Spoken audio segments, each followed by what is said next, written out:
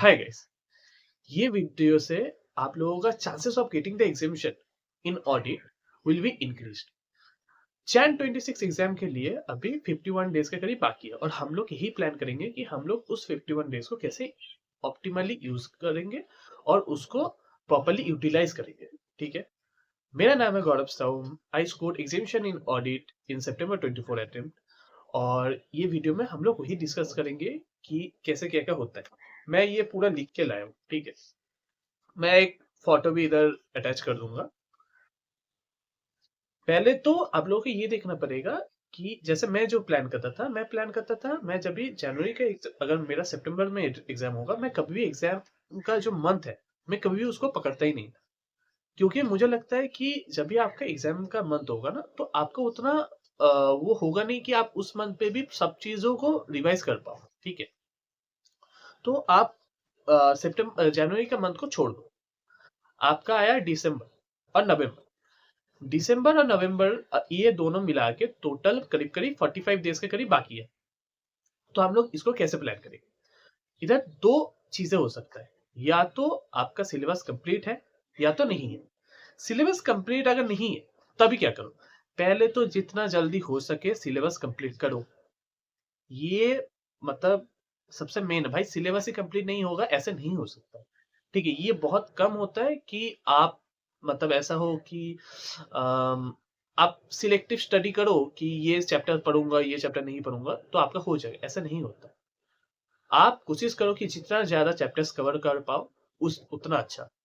आप जितना ज्यादा चैप्टर्स कर पाओगे आपका माइंड में उतना ज्यादा चांसेस ऑफ गेटिंग द एक कॉन्सेप्ट तो रहेगा कि हाँ ठीक है मुझे पता है कि ये क्वेश्चंस आया कहाँ से। ठीक है, आपको ऐसा नहीं होगा कि आप ब्लैंक हो। तो आपका पहले सिलेबस कंप्लीट करो, फिर अगर सोचो कि ये नवंबर तक आपका सिलेबस कंप्लीट हो गया तभी डायरेक्टली आओ रिवीजन पे। इधर ना ताओ ना आओ, डायरेक्टली आओ रिवीजन पे। डायरेक्टली फोकस करो रिवीजन। रिवीजन में कैसे करोगे, जैसे कि मेरे ये चैनल पे बहुत सारे वीडियोस है, जैसे कि ऑडिट एक्सप्रेस बोल के एक है, उसमें क्या किया हूं मैं बहुत सारे स्टैंडर्ड्स बहुत सारे चैप्टर्स का मैं समरी लाके रखा हूँ। ठीक है, वो आप पढ़ सकते हो और जो भी नोट्स वोट्स होगा वो मेरे टेलीग्राम चैनल पे ऑलरेडी अवेलेबल ही होगा। मैं सजेस्ट करता हूँ ये सबको कि उस नोट्स को आप लोग प्रिंट कर लो।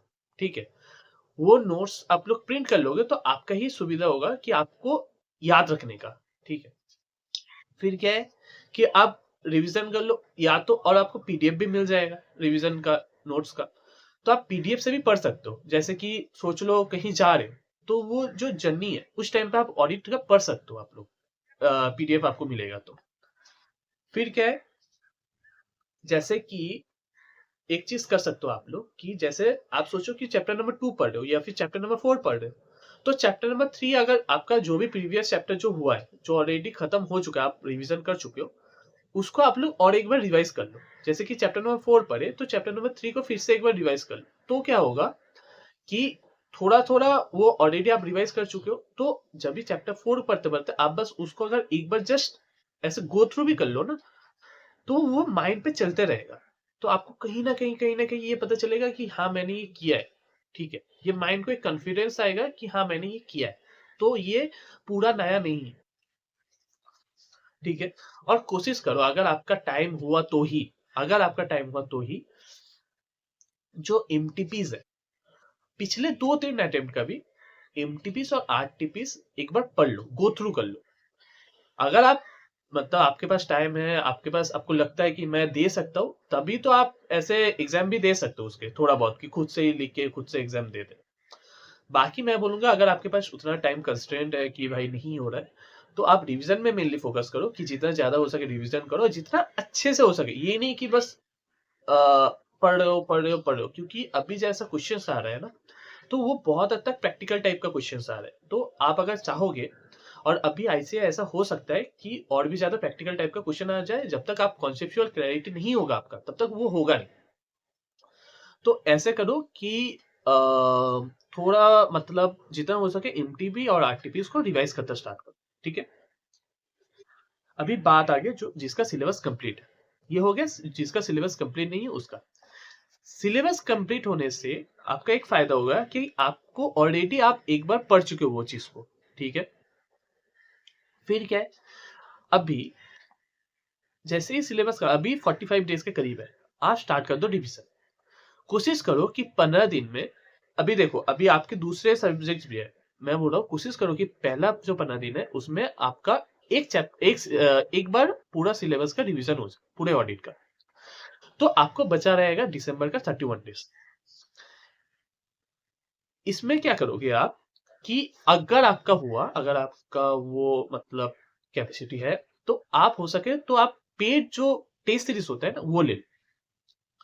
पेड टेस्ट सीरीज से क्या होता है कि उससे आप लोग मतलब आप लोगों को समझ में आएगा, ठीक है। बहुत लोग ऐसा है कि फर्स्ट टाइम एग्जाम दे रहे हैं, और बहुत लोग ऐसा है कि उनको अल्टीमेटली समझ नहीं आ रहा। जब तक देखो, आप भी जो भी पढ़ रहे हो वो आपके नॉलेज से पढ़ रहे हो, आप जो भी लिख रहे हो वो आपके नॉलेज से लिख रहे हो। अगर कोई थर्ड पार्टी अगर आपका क्वेश्चन आंसर चेक करके देना, तो वो आसान होता है स्टूडेंट्स लोगों के लिए उसको समझने का कि भाई हाँ मेरा गलती हुआ क्या था, ठीक है।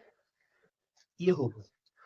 अभी क्या है कि ये जैसे जैसे यूनिट, सोचो कि आप यूनिट वाइज एग्जाम या कोई भी टेस्ट सीरीज लोगे ना। मैंने क्या किया था, मैं यूनिट वाइज लिया था और दो प्रॉपर टेस्ट सीरीज था।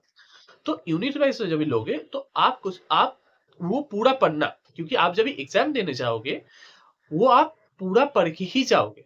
तो जब भी आप और मतलब ऑडिट का या फिर कोई भी सब्जेक्ट का आप टेस्ट सीरीज लोगे ना, वो भी पूरा ही पढ़ना। क्योंकि बहुत लोग मैं देखा हूँ कि वो सजेस्ट करते हैं कि नहीं, बिना पढ़ के या फिर टोटल सिलेबस पढ़ के फिर एग्जाम दो, वो यूनिट वाइज हो। वो मेरे को नहीं लगता कि उतना अच्छा होता है, क्योंकि अल्टीमेटली आपको वो आपका टेस्ट सीरीज खराब होता है तो आपका कॉन्फिडेंस गिरता है, और confidence is the key. Confidence को हमेशा बढ़ा के रखो, ठीक है। फिर क्या है कि ऑब्वियसली जितना ज्यादा हो सके रिवीजन करो, जितना अच्छे से हो सके रिवीजन करो। ऐसा नहीं कि बस आप पढ़ते रहे जस्ट ऐसे याद करते रहे, ठीक है। जितना ज्यादा हो सके रिवीजन करो।